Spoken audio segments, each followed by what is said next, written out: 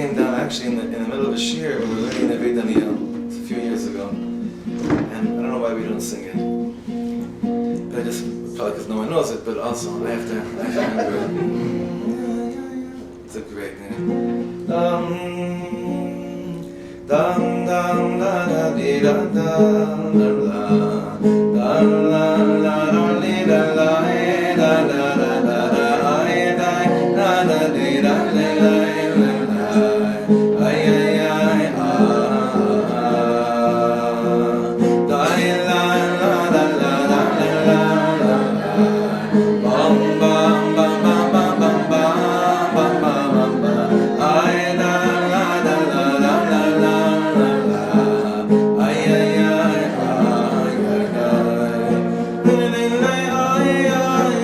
bam bam bam da la la la la da la la la bam bam bam bam bam bam bam da la la ya ya ya ya ya ya ya bam bam bam bam bam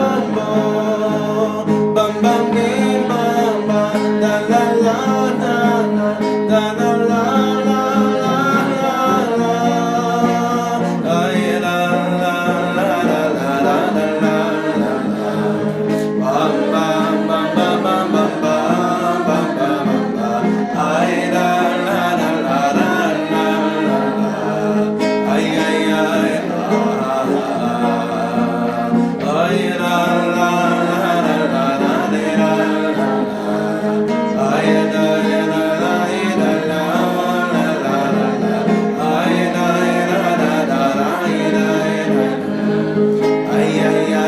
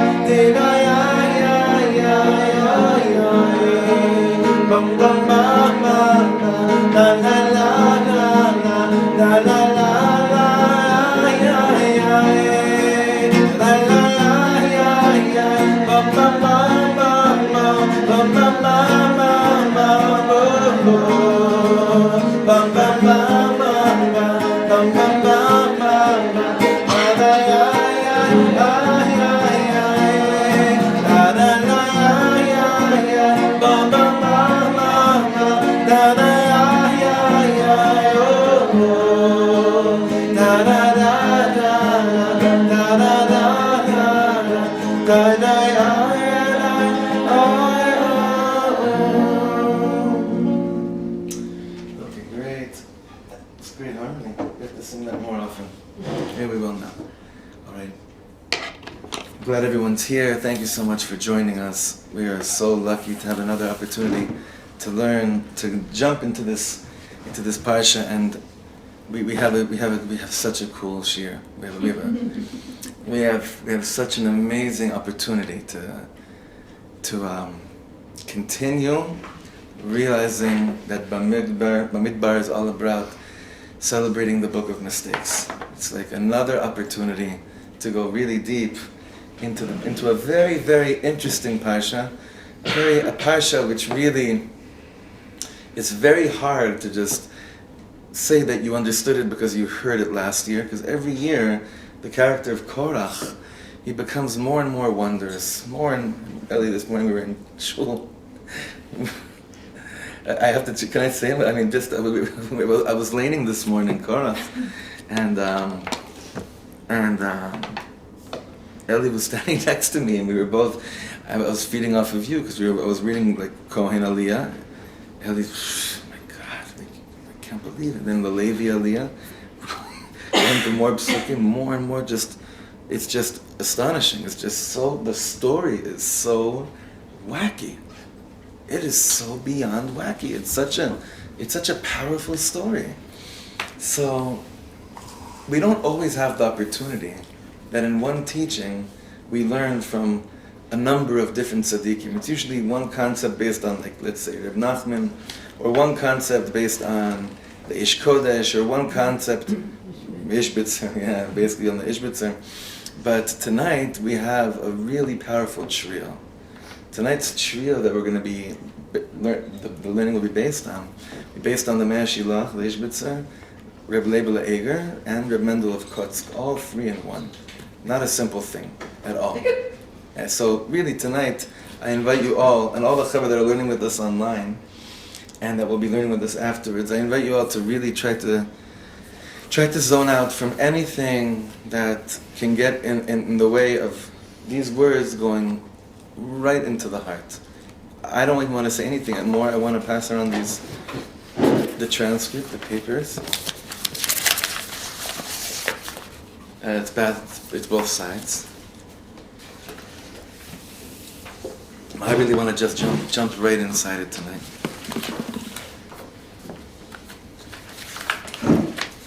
And if you can just have patience with us, learn it. If you could just have patience with the text, to just do it sentence by sentence, there's some really powerful stuff going on here tonight. It's very, very special. Extremely special.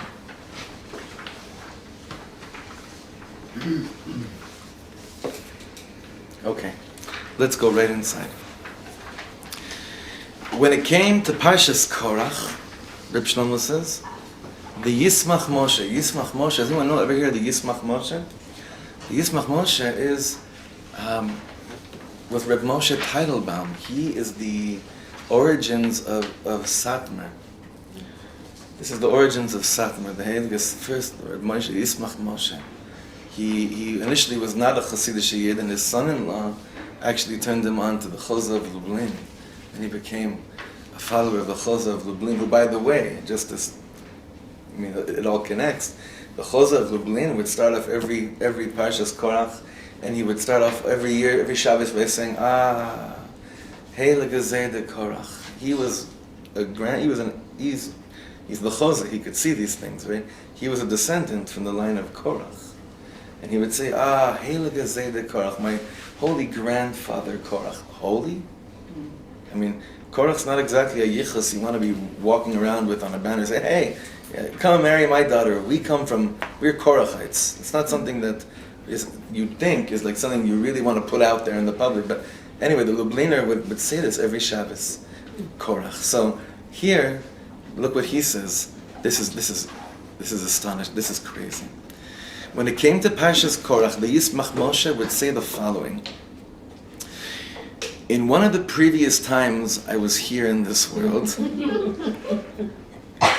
I was one of the people who went out with Moshe in Egypt, from Egypt. And I was there when the fight was going on between Korach and Moshe. So that's pretty far out that anyone reports that, right? But now, check out what he says. I didn't mingle in, because the craziest thing happened. I didn't know which side to be on. This is what he's saying. Korach was so holy that I mamish did not know if he was holier than Aaron. I simply didn't know. So I stayed neutral, he says. That's the Yismach Moshe's testimony of a previous Gilgul. Now, you have to understand, for the Yismach Moshe for him to say such words, he's not just telling you a story that happened. In those few sentences that he said, we have to rearrange our heads for a second, and just because we know what ends up happening to Korach, that he gets swallowed up by the earth, which is something that never happened, and it's very, very wild, that whole inyan of why it had to happen like that, and not just another form of death. That's a whole other thing which we won't get to tonight. Hopefully we'll have many more years to get into those things as well. But for him to say those words, it means that don't take this whole thing lightly. This was serious business. The Yismach Moshe, you have to understand, the big tzaddikim, the holy, righteous people, had a really hard time figuring whose side to be on. Korach, we take, oh my God, chutzpah, Korach, 250 people come up and they got swallowed up pretty fast. This was messing with people's minds. big time. And we see this throughout the course of Jewish history as well, where big neshamas are not so sure on which side of what seems to be a very, we know aftermath, we know what happened. But lechatchila, if you were in the midst of it, you wouldn't be able to tell. Like he says, I didn't know whose side to be on. It was so holy. Korach was so holy that we couldn't figure out whose side to be on. It just makes the whole thing even wackier, right? Now remember, friends, this is really important. The whole book of Bameidbar is that we are not talking about ordinary sinners. Remember, this is the piece we saw in the Meshilach, I think in the end of Parshat Nasa, when the Meshilach explains that this whole Sefer of Bameidbar is not just telling you stories about how people fall. It's telling you stories about how great, great people can fall. And why do we have to learn about great people that fall? Almost a whole Sefer in the 5 books of Moshe is dedicated for you and I to understand why is Hashem telling us about great people that are falling. Mamish kimat the whole Sefer. Every parsha, week by week. Now, look back inside. Remember, friends, the whole book of Bameidbar is that we're not talking about ordinary sinners. The whole book of Bameidbar is talking about holy people who somewhere up there went wrong. The sad thing is that when you get mixed up on a very holy and high level, it's the hardest thing to fix and get out of. See, like, to get messed up by someone that's a criminal, so you realize, oh my God, how come I didn't see it? And then you just move on. It's not such a great big mitzvah to like take yourself out of a really bad brainwash. And then you realize the person that you were brainwashed by wasn't holding anywhere. You were just blindsided, whatever. But when it comes to being so turned on to something that has such a spark of kedusha, that's when you really messed with your mind. You know, think of it in your own life about when were the times that were the most confusing. It wasn't when, oh yeah, I have such a taiva and I can't get out of it. That's not confusing. That's just a hard time to get out of. That's just a hard nisayon to work through. But what about, and we're seeing it in our world more and more and more and more, that people that think that they're connected to something holy, somewhere, someone up there on the top, not so, the geschäft is not so kosher, and then what happens? So take that confusion to the max when it comes to what it was doing to Amit Bnei Yisrael when Korach says what he was saying. It was messing with people to the max. Because especially, not just was he holy, but the manner in which he expressed his claim couldn't have sounded more rebbish in the world. Not rubbish, rebbish, like a rebbe. Couldn't have sounded more like a holier rebbe. Continue back inside. The sad thing is that when you get mixed up on a very holy and high level, it's the hardest thing to fix and get out of. Let me ask you, we're smack in the middle of this first paragraph. Let me ask you, are you failing grades in kindergarten? All kids in kindergarten go through kindergarten. But when is it that you begin to actually fail grades? The more you advance, the more kids drop out because it's getting higher. Understand what he said? No? Parshat, it's not such a crazy thing. It's everyone, you know, my children are not going to be left behind, or they don't have to do any hashlamot.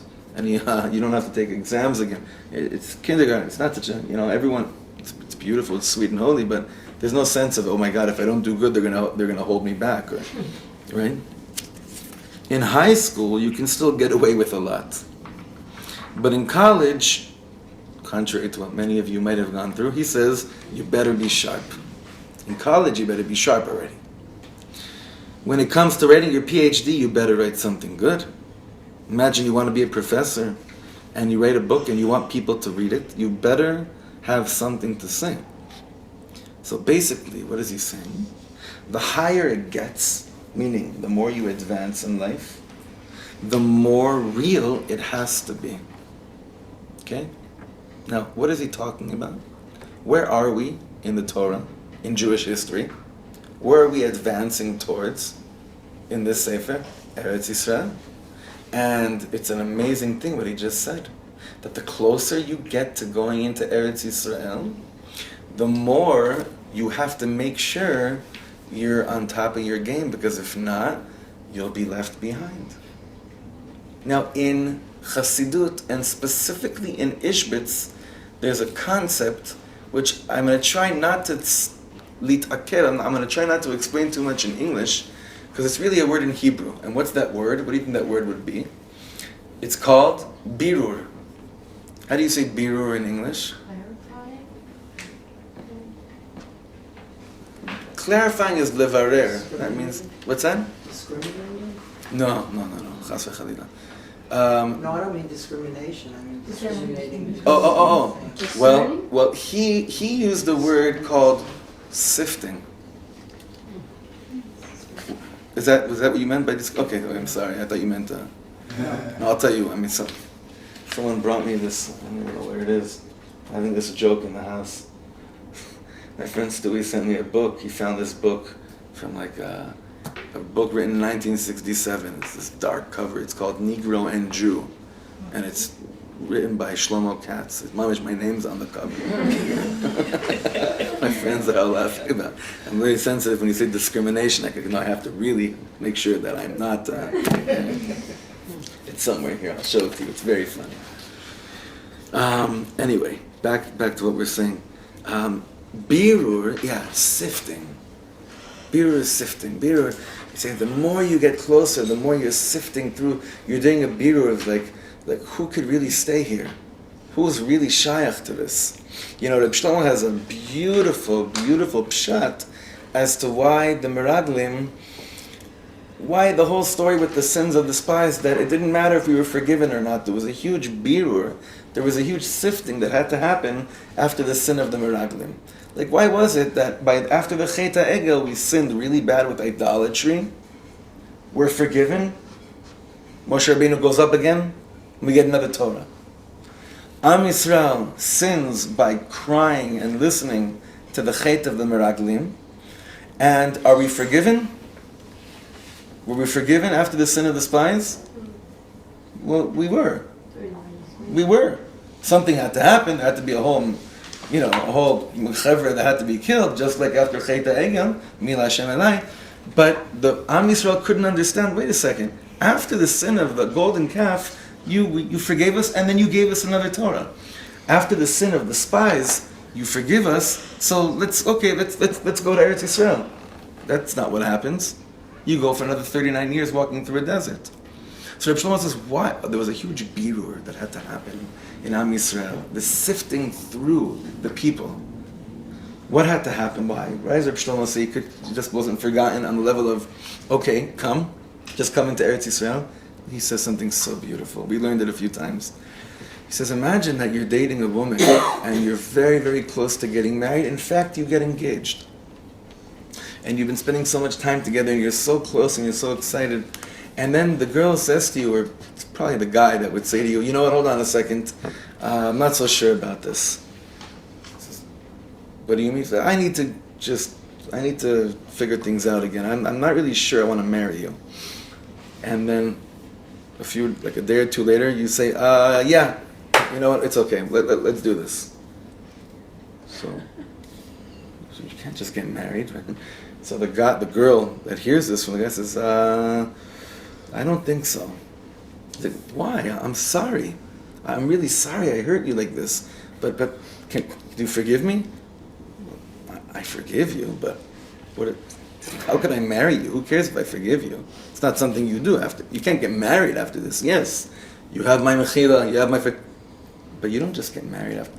Do it, because that's exactly what happened over here with Eretz Yisrael, which was the ultimate marriage. Saying, Rebbeinu Shalom was saying, you're going to cry now because you think that you don't want to come into Eretz Yisrael. But then you hear that it's really for you, so you say, okay, I'm ready to go in. It doesn't work like that. I forgive you, Hashem says, but right now I can't marry you. I have to go through a birur now. I have to go through this sifting. This happens in every single parsha. The sifting through, the birur, getting clear, clarity, going through what really isn't ready, and waiting for that which is ready, building up that which is ready. Now, we're on 5 lines from the bottom of this first paragraph. Since we Yidlach, you see those words? Since we Yidlach are operating on the highest, we in the world have the most trouble with God. You ever realize that? What nation has more trouble with God than us? Why is that? Look what he says. Because it has got to be real. And if it's not real, it's not only bad, but sometimes you can't move on. Now this is a very important statement. He's saying over here, with us Yidden, we're constantly in the motion of always going closer, of always elevating, of always being in gradual movement towards the Ribono Shel Olam. Birurim, sifting through, is constantly taking place, all the time, with people that are mamish close. We're always very close. That's why it hurts that much, what we go through as a people with our relationship to the Ribono Shel Olam. Because we haven't been in kindergarten for a long time. We're all up there in PhD, I don't know whatever you want to call it, but we're always, as a people, we're so much always trying to understand Ribono Shel Olam. Why does it hurt to be so close to you? You ever ask yourself that question? It's supposed to feel really good to be close to HaKadosh Baruch Hu. Why is it sometimes that you ask, man, to be close to you is not simple. It's not like a chill vibe. It's a really intense relationship. It's a really intense thing just to be close to HaKadosh Baruch Hu. Not a simple thing. Why? Because there's a constant birur going on between us and the Ribono Shel Olam. Always. And the closer you get to Eretz Yisrael, like in Bameidbar, just like the closer we're getting to Mashiach coming, it's going to be that more intense. Because there's going to be less and less room for what doesn't belong in the relationship. That's how it is. The closer you're getting to the Ribono Shel Olam, to that state of mamish v'ani tefillah, I am just this walking prayer, it's going to get more and more intense. And if it's not more and more intense, it means that you're not really going anywhere. And that you're carrying around a lot of psalat with you that maybe is holding you back and you don't even realize it. Now, so in a certain way, as a people going through the desert, we're going from grade to grade. And every grade goes through more and more birurim. That's what's happening in Sefer Bameidbar, but that's what's happening with you and I today.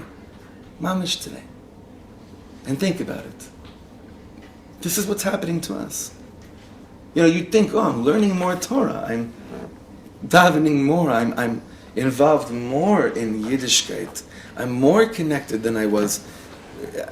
It's supposed to be pain-free, no? It's supposed to be, isn't it supposed to feel more chill now? Everything's supposed to be more good because I did the from thing. It comes on so much harder. So much harder. So this is a Torah, what we're going to be doing tonight. You have to hold on to tonight's teaching, especially when you admit to the fact that you are involved in a relationship with God. And it's ongoing, and it's deep, and it's intense, and it comes on so strong. Tonight we're going to see how to get through that, so that we don't be part of that sifting that gets left behind, like a whole generation in the desert. A whole generation was sifted out. The whole generation was discriminated. Did I use it right? So a whole generation was... One word. Now that I hear you talk... Oh, so what would you say it is now? I don't know. Okay. So what does discriminating mean? I thought, like, to levarer is to discriminate between this and this, which works for you and which doesn't work for you. Okay, so don't throw that explanation out just yet, because I think we're actually going to use it soon. You'll tell me. And here I want you to open your hearts. Reb Leibele says, now remember, Reb Leibele, Eger, is the grandson of Rabbi Akiva Eger, and he's the son of Rabbi Shlomo Eger. And he becomes a chassid, he becomes a Talmid Chaver of the Kotzker and of the Ishbitzer, okay? Rabbi Leibele Eger says something unbelievable. it's not so hard to differentiate between good and evil. When I can see that something is bad and something else is good, I don't have to be such a holy genius to make the right decision. But, like we said in the beginning of the shir, to differentiate between holy and holier is the deepest thing in the world. The world always talks about good and evil. Korach is not about good and evil. Now, obviously, you can't give this over to children learning about Korach. So as children, we know that Korach is who? The guy that gets swallowed up because he's a big, has a lot of chutzpah. The whole story of Korach is about holy and holier, meaning it's the tension between holy and holy of holiest. Remember, what was Korach's whole thing? Is that he was holy, but that on the outside, what did it seem like he wanted? What? Holier, more. It's got to be more. Remember, this is a crazy thing Rabbi Shlomo said once. I remember him saying this, that just like there's a Kohen Gadol, which was Aaron a Kohen, there was a concept called a Levi Gadol, and it could have been Korach, but Korach wouldn't have been happy with that, and it was taken. The concept was taken away. Now, I would say, why wasn't Moshe Rabbeinu the Levi Gadol? He's bichlal bigger than these concepts, Moshe Rabbeinu. He's not lo kan b'Yisrael ke Moshe. He's not even in this whole geschäft of Levi Gadol. But Korach was going to be, he would have been the Levi Gadol. It was taken away from him. The concept was taken away from the world. So look in the next look what he says over here. When it comes to the tribe of Levi, it's so hard to understand. Because why? Korach from Levi, and the pasuk in the beginning tells us right away what his yichus is from. The first pasuk in our Parshat lets us know he's mamish from Levi. The tribe of Levi never did anything wrong. When it came to the golden calf, the Levim didn't participate. By the way, there's one more thing that I heard, that when it came also to Avdus in Mitzrayim, to slavery, the Levim were not slaves. They were part of the nation that were slaves, but they themselves were not the people working with bricks and going through all that torture. They've been kind of separated on a certain level from the beginning. They've been mufrash, they've been different. I don't want to get into that right now, I just want to put it out there. But one time here, the most horrible thing happens.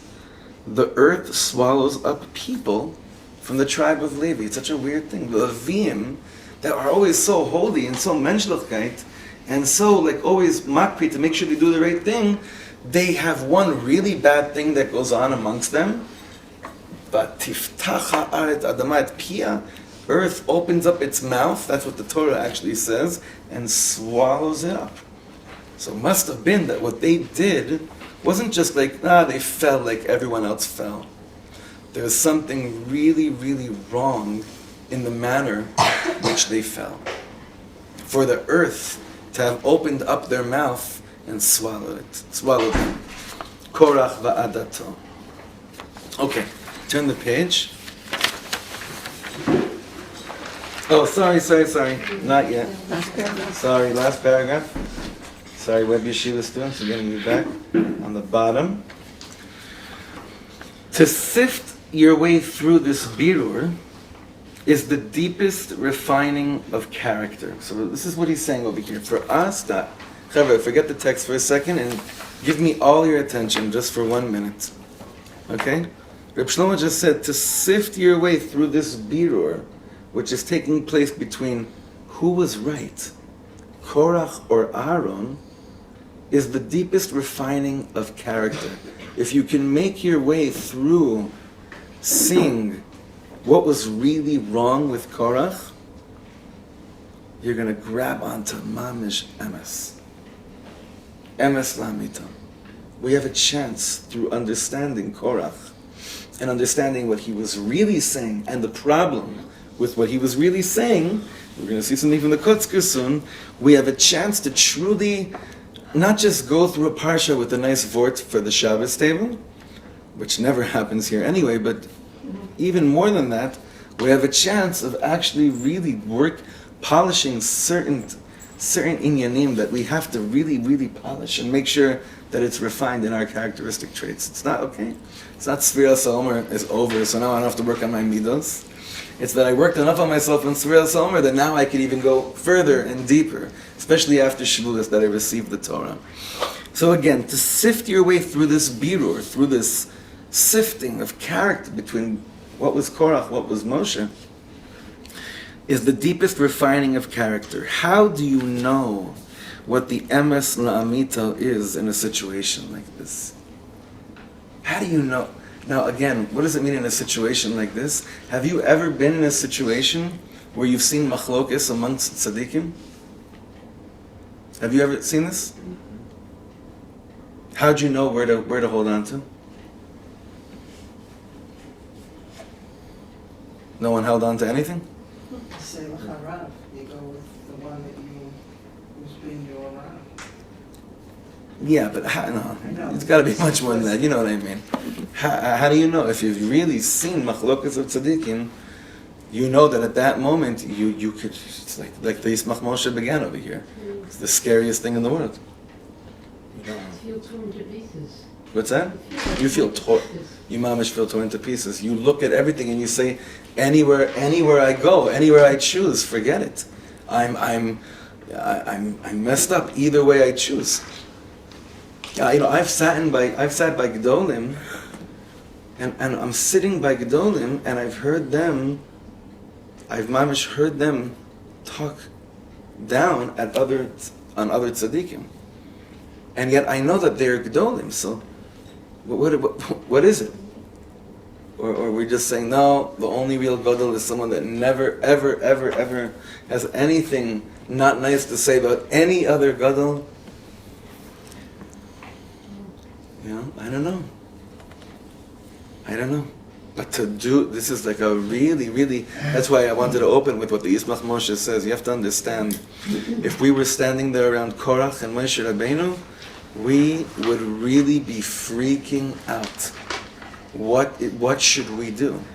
What should we do? So the man Shilach says something so strong. Next page.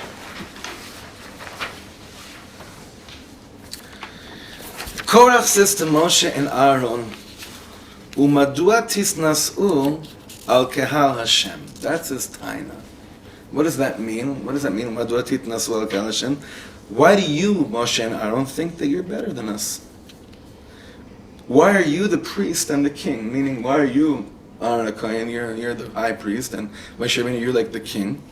Why should it be like that? How does that sound? Holy?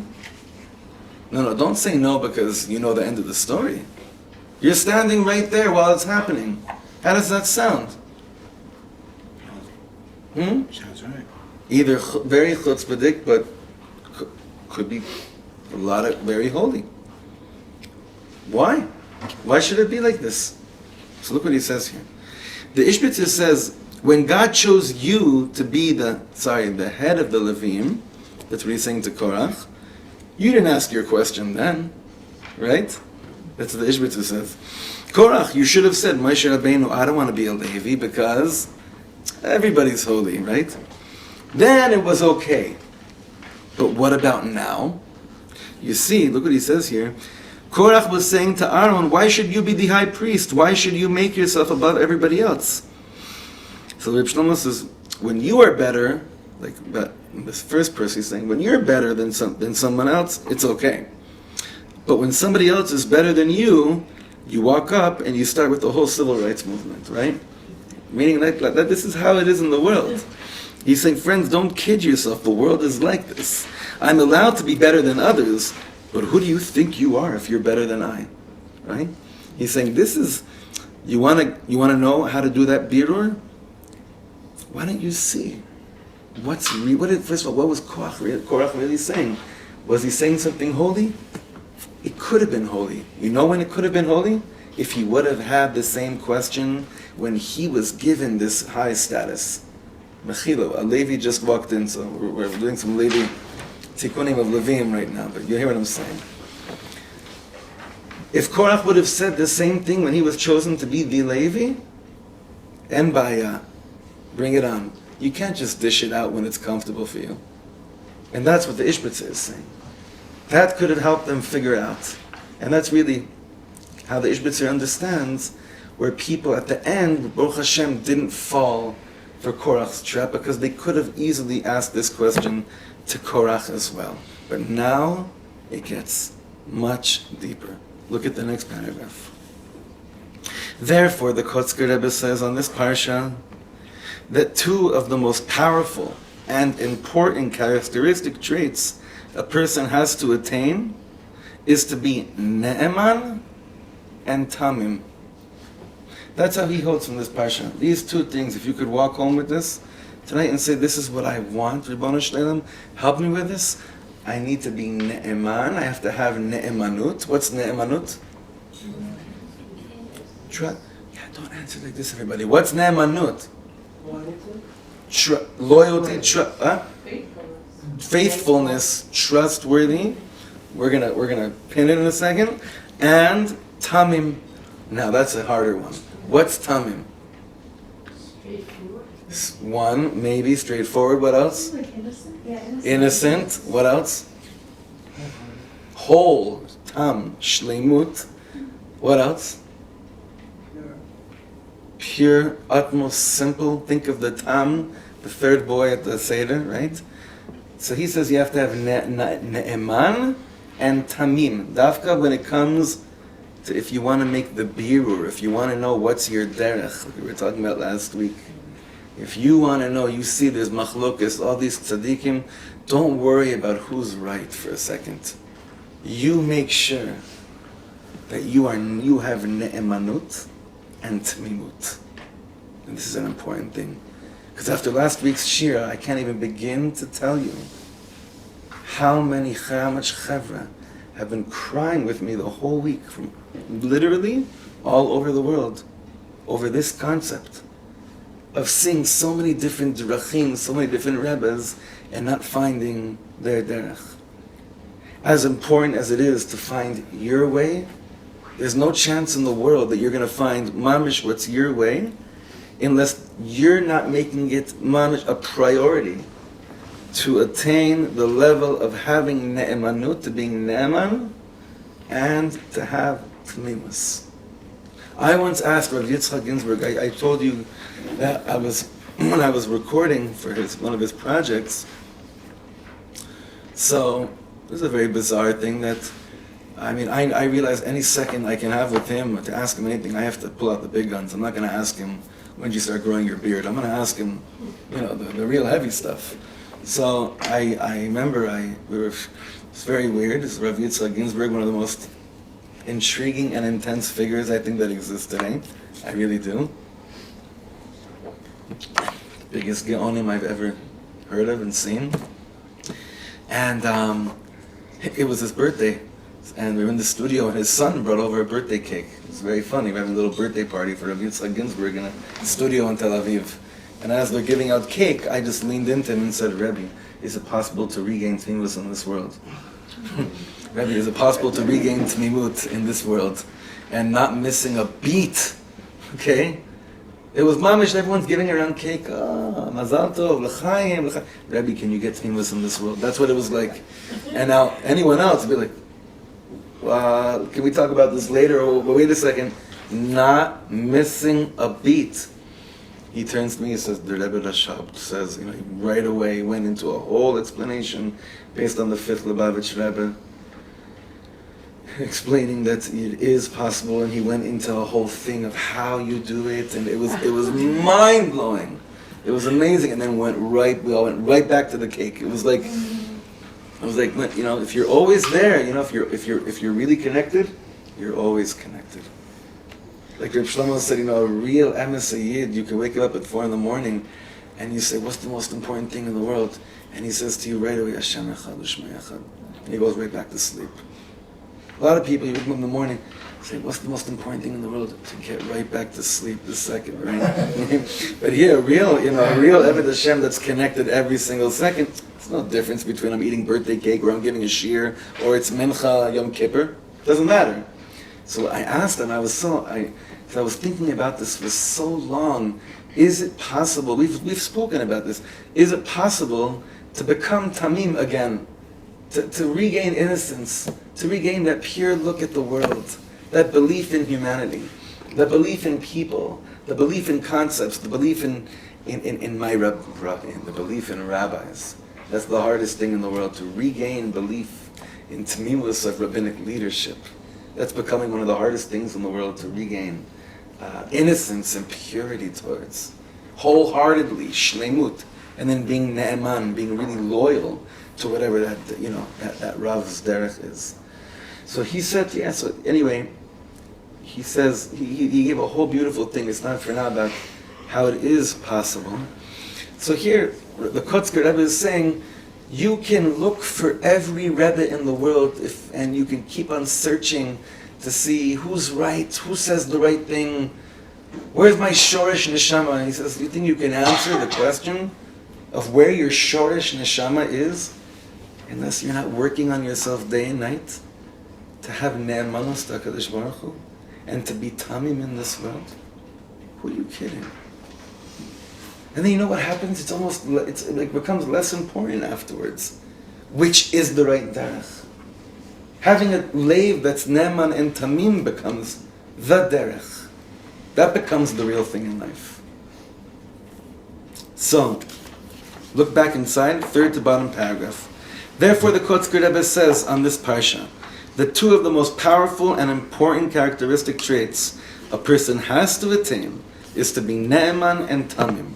Now, in Ba'alosra, God says to Miriam and Aaron that Moshe Rabbeinu is bechol beisi ne'emanhu. He's a faithful servant in my whole house, right? A faithful servant doesn't serve God because it's good or because he feels it's sweet. Faithful means I'm doing it because God says so. I feel like probably the greatest limud zchus on Abba Eben was when he got up in the UN and he shared his opinion as to why we belong in Eretz Yisrael. What did he do? I don't remember. I was minus 30. What do you guys think? What did he do? Anyone know? I forgot. He picked up a Tanakh. Picked up a Bat. We're so busy with all the justifications for our existence. We're so lost. As the representative people, we're so lost. Here he says, you know what a Naaman servant does? He doesn't act. I'm not from because it fits me. I'm not into Shabbos because I figured out a way that it's good for me. I do it because God says so. Remember, Moshe Rabbeinu, Rabbi Shlomo says, Moshe Rabbeinu didn't come to Paro and say, Paro, listen, if you free 2/4, half of the Jews now, and then maybe like another quarter later, another quarter later, it'll work your economy. You'll see some amazing things you never saw about the Egyptian economy. What did Moshe Rabbeinu say to him? Kol Amar Hashem. God says so. And the more we try to get away from that, the more we're not really being ne'eman. Why do we wake up in the morning and go to shul and daven? Why do we wake up in the morning and start with Negel Wasser? Because it feels holy? Maybe that's not why a Yid does it. A Yid does it because God says so. Why do I give 1/10 of my tzedakah, of my money to tzedakah? Why? I'm scared to death that if I don't, I'm not going to have money, right? Nah, no one's like that, right? It's because God says so.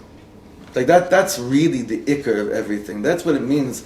Bechol beisi ne'emanu. Moshe Rabbeinu was holding on to because God says so. That's who he was. Look inside. Again, a faithful servant doesn't serve God because it's good or because he feels it's sweet. Faithful means I'm doing it because God says so. Tamim, being whole, means being completely with it. Doing it with every fiber of your being. Whole means that I'm so completely given to whatever God will say. It's when I'm so completely given to God, whatever God says will be okay with me. No, have you ever had one moment of davening, of Shmona Esrei, one bracha out of the 18 brachas that were said with utmost tmimus, that every single word of the bracha was fully said and that you fully believed it because God says so? Take your next Shemona Esrei. Catch yourself. Just one of the brachas. Just one of them. And see how much tmimus is here. How much am I saying the whole thing? Fully. Now we'll understand what Korach. You see, Korach wanted to serve God, but he mamish wanted to be the holiest. Aaron was ready to serve God, even if he was the lowest. What does that mean, the lowest? When he says here that Aaron was ready to serve God, even if he was the lowest, what does that mean by the lowest? Not if he was like the lowest criminal. It means even if he wasn't Aaron HaKohen. Even if he was, what's that? Regular. Yeah, anything. Aaron, it didn't matter to him. It happened to be that God says so. You're a Kohen, and by Aaron we even say Aaron Asher Bachar Bo. God chose him for this. So again, Aaron was. Can I ask him? When he says, because he mamish wanted to be the holiest, did he want to be the holiest, or did he wanted to be holier than thou? Like, did he want to be the holiest he could be, or did he want to be the one who is known as the holiest? Maybe he believed, like the pathological liars truly believe what they say. Like, you can't convince them, right? They really believe what they're saying, right? So, did he believe that he wanted to be the holiest? Yes. Did he really want to be the holiest in the world? Maybe, but what he didn't want was to accept the status that God gave him. Now, I want to be careful what I said right now, especially after the Yismach Moshe and the Chozeh of Lublin. I'm not calling Korach a pathological liar. No, I am. Okay. Aaron was ready to serve God even if he was the lowest. He didn't care. And therefore he was really the holiest. Same with Moshe. Moshe Rabbeinu was chosen to go up to Mount Sinai because Moshe Rabbeinu didn't want to go up to Mount Sinai. Remember? He's arguing with the Ribono Shel Olam. No, send Aaron. It shouldn't be me. And then the Midrash says he was begging Hashem, no, send Eliyahu Hanavi. He just didn't want it to be him. And then God says, do you see now why I want it to be you? Have you proven it to yourself enough why I, God, am choosing you? You know, a human being wants to see someone that feels like he's fit for the job. You have self-confidence? I sure do. I can do it. It's me. Good, you got the job. It's not how it works with the Ribono Shel Olam. The Ribono Shel Olam sees people that don't think that they're worthy. And therefore he says, this is exactly why I'm choosing you for the job. By Korach, it mamish wasn't like this. To a certain extent, how bad does it smell from Korach that he says, really, I could be the Kohen Gadol too. People with good noses started to smell that when they were around Korach. He's saying that he could be the Kohen Gadol? Yeah, he's hiding it in the name of everyone's holy. But come on. Whoever thinks like that is already out of the picture. You know what Moshe Rabbeinu felt on Mount Sinai? If God would have chosen somebody else, he would have been just as happy. Absolutely, meaning he, Moshe, would have been just as happy. Just as happy. Israel should know what God has to say. That's the most important thing to Moshe Rabbeinu. By the way, look in the Kedushas Levi this Shabbos. He says that about Korach, there's two types of tzaddikim in the world. One, they both want goodness and holiness to happen. But you know what the difference between them is? Listen to this, it's an important thing. One tzaddik says, Kedusha has to take place, and it needs to be me that does it. The other tzaddik says, Kedusha needs to take place in the world. And I'm just so desperate that it happens, I don't care how. That's how Rabbi Yitzchak divides between Korach and Moshe and Aaron. That's exactly it, and it's really the whole point of this last paragraph. That's how Korach says. You know, I always say for musicians when they hear, you know, there's an opportunity to go to some far out village or some crazy festival where there's going to be a lot of lost Yidlach there, and you could have a slot there to do a show that really will turn them on to the Ribono Shel Olam, right? How much are you davening that that slot should be filled and Kedusha takes place, as opposed to, I need to be the one that does that slot, right? How happy are you if the slot is taken care of and people's heart will be touched, even if it's not you? I say this sometimes when I go to yeshivas, and I go to and I speak to the rabbanim in certain like post-high school programs. Say, how happy are you when you weren't chosen by a certain top Talmid Chacham student that's coming from America or whatever, but as long as they found a place to learn in Eretz Yisrael. So of course everyone says, well, the highest in the world. Of course. It's not a simple thing. It's a very, very high level. You know, you're in a community, you see there's a few shuls around you, you see someone that moves to the community and you want him to be on fire. You really want him to be on your fire. Right? You really want him to talk about a birur, a sifting in the character. We're not talking about, I don't want to be a Russia. We're talking about holy versus holier, right? It's a very holy thing to want someone to have Kedusha. It's a much holier thing to not care if you're the cause of him having Kedusha in his life, but that you just care that he gets it. That is the whole point of tonight so far. Since, third line from the bottom, since Moshe was the only one who just wanted that God should tell him what it is, and it didn't matter to him, therefore he was the only one who was chosen. The other ones, it really mattered to them if it was them or someone else. Now, look. What? What are we saying that the problem was it did matter to Korach that it was Korach? Mm-hmm. Yeah. And same like By Moshe Rabbeinu, he just mattered. There was someone else. It mattered to him that God should speak. He wanted Am Yisrael to be touched. But from the get-go, from the burning bush, you see the character, he doesn't care who it is. Now, the ending, look at this. And this is how you achieve ne'emanut and tmimut. Okay? Look at how he ends off here. The moment it matters to you if it's you or somebody else, you cannot go up to Mount Sinai. What does that mean? I almost think what he's saying is, you can't really be a teacher in Am Yisrael. You can't bring Har Sinai, you can't bring the Torah to people if to you it really matters if it's you that's darshaning as opposed to somebody else. So again, the moment it matters to you if it's you or somebody else, you cannot go up to Mount Sinai. You're not Moshe. You have no chedek with Moshe Rabbeinu. You cannot be a high priest. Now he's saying you can't be Aaron HaKohen or a leader unless it doesn't matter to you who it is. Only then it could be you. Do you hear how profound that statement is?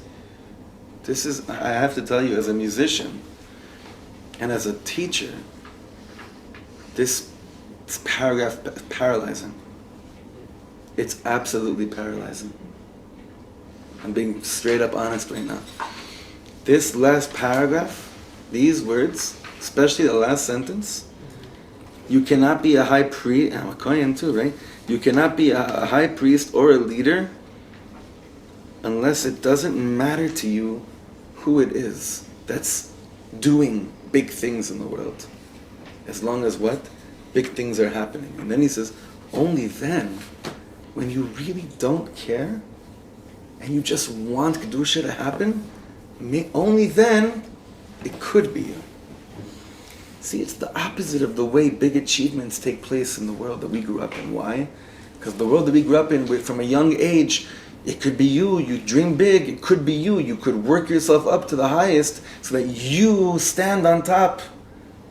That's not Yiddish chinuch. Yiddish chinuch is, you could reach the level that you really don't care, but that you really just want Hashem's word to reach the whole world. You could reach that level. You could reach that level, and then when you work yourself up to really not care, that you are zocher l'te'ilah, that it's done through you, only then it could be you. Why? Because you've gone through birur and you're living in a state of bitul. You're living in a state of complete self-annihilation. Because then it really isn't about you.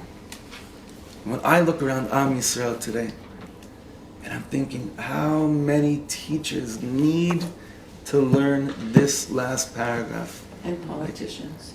Oh, I've given that's already. You're already giving cups close that there's a chance. Doesn't that contradict a little bit with the idea of that, like, in a place where there isn't someone, you should stand up to be that No, person? absolutely not. Because fakert, on the contrary, it actually strengthens it. Because do you think an ish in that context means someone that is saying kochi ve'otzem yadi? No. La'efech. La'efech, it even strengthens it. The ish, I was once in a shul, I couldn't believe it. On a Friday night, the Rav that was with strong davening, then it was in Yerushalayim years ago, and then we finished Hashem right before Kegavna, when they were going to give a drasha. So it took the Rav that was going to speak, give a drasha, it took him a minute to get to the shtender. So somehow someone just ran up to the shtender and started giving over a vort. So afterwards, the Rav that was going to speak asked the guy, said, what's going on here? He says, look, it says, "Makom she'ein ish, heya ish." So I'm hoping that he didn't mean I saw who was about to speak, and that's not that's not an ish, so I have to be an ish. I don't think it was that, but I'm saying some people would love. They're just waiting for the moment of, can I do it? Is there anyone here? Can I do it? But the real Makom she'ein ish is really what I think this is. Maybe it depends who you're worshiping, is self-Russian. Of course. This is the whole. Of course, that's the pshat, Remes, Drash, and Sod of this whole piece. But again, you cannot be a high priest or a leader unless it doesn't matter to you who it is. Meaning, unless it doesn't matter to you who is privileged to bring kedusha into the world. As long as what? As long as kedusha happens. That's what I care about. And then, when that becomes the most important thing for me, then it could be you that has the privilege to carry out God's word. Startling. There's so many people that think they're carrying God's word in the world without ever working through a Torah like this. Ever. And they really believe, like Korach, that this is B'Shem Hashem Tzvakos. They believe in the name of people like that cannot lashpia on people? Because obviously this would be wonderful and this would be ideal. But the fact is that there are people who think of themselves la'oi and give over things. And they're not having some effect on other people, even though they're not in the best place.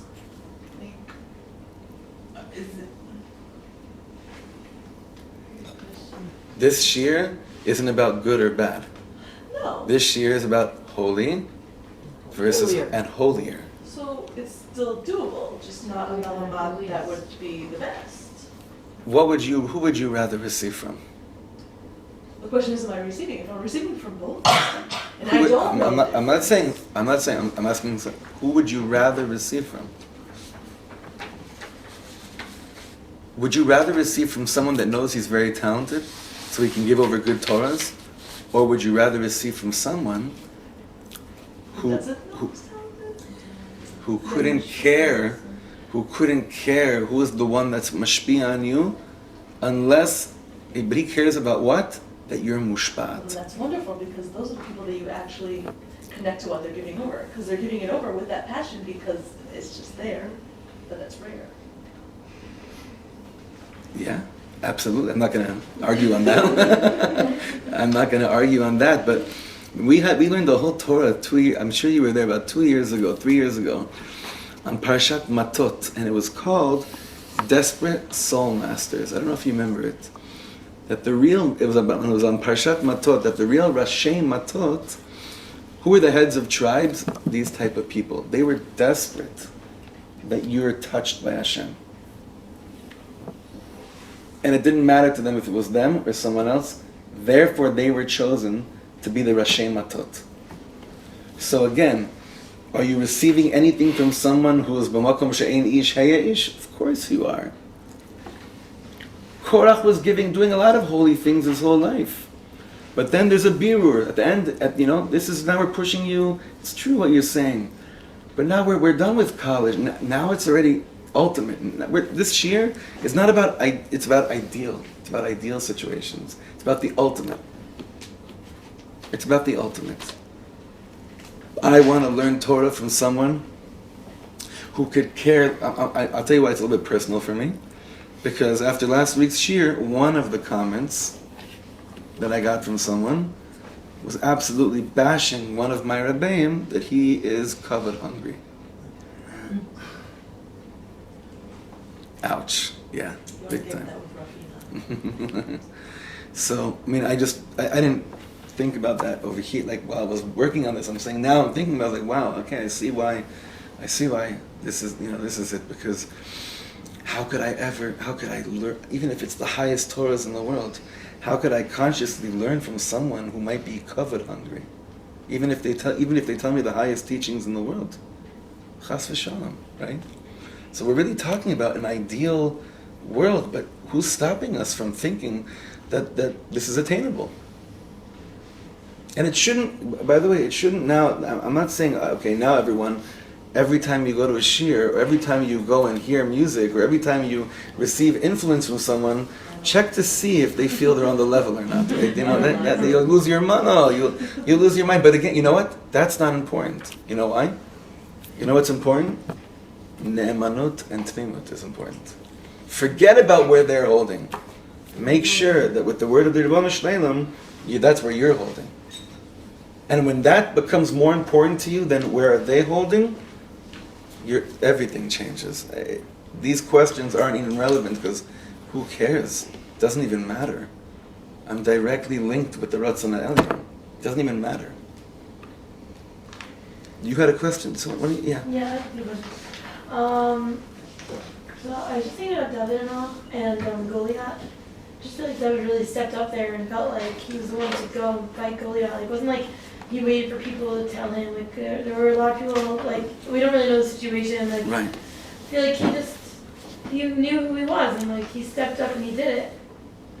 So you're saying that contradicts what we were saying? I just feel like confidence in yourself, and like I feel like, I don't know, maybe it fits in. I can see how it does fit in, but at the same time, like having like real confidence in yourself that you are able to do this and like you can accomplish. And like, what if there are a million people in the room, but like there's potential that like someone knows they're the best fit for that, or they know. You could have utmost confidence and think that you're the best fit for it. But if that overweighs the notion of, I don't care who does it, I just want Kedusha to be done, I don't care who kills Goliath, I just want Goliath to be killed, then you're the one that can do it. It is a lo soter. It doesn't contradict at all. Confidence here is not a stira to feeling that you just want Kedusha to happen in the world. Yeah, but how do you build up yourself that you feel like you're someone who can add Kedusha to the world if your goal is to just make sure there is Kedusha in the world? Isn't that beautiful, you just said? That's the most beautiful thing I ever heard. No. This is great. Exactly it. This is perfect. What you just said is perfect. It's actually the clearest thing we said so far tonight. In my opinion. Say again, do you remember what you just said or not so much? I'm putting you on the spot. Because How do you know, but I'm just saying what I got from what you said right now. How could someone work on themselves so much and build themselves the confidence until they reach the level of they don't care if it's them or not? That's what this whole thing is about. You could have all the confidence, you could be the best at what you do. You could work on a certain talent and strive to perfect it, but that's not the bottom line. That's not what's most important. What's most important is that whatever talent I have, and it can help the world, whoever needs to be helped should be helped. If the Ribbono Shel Olam chooses me to do it,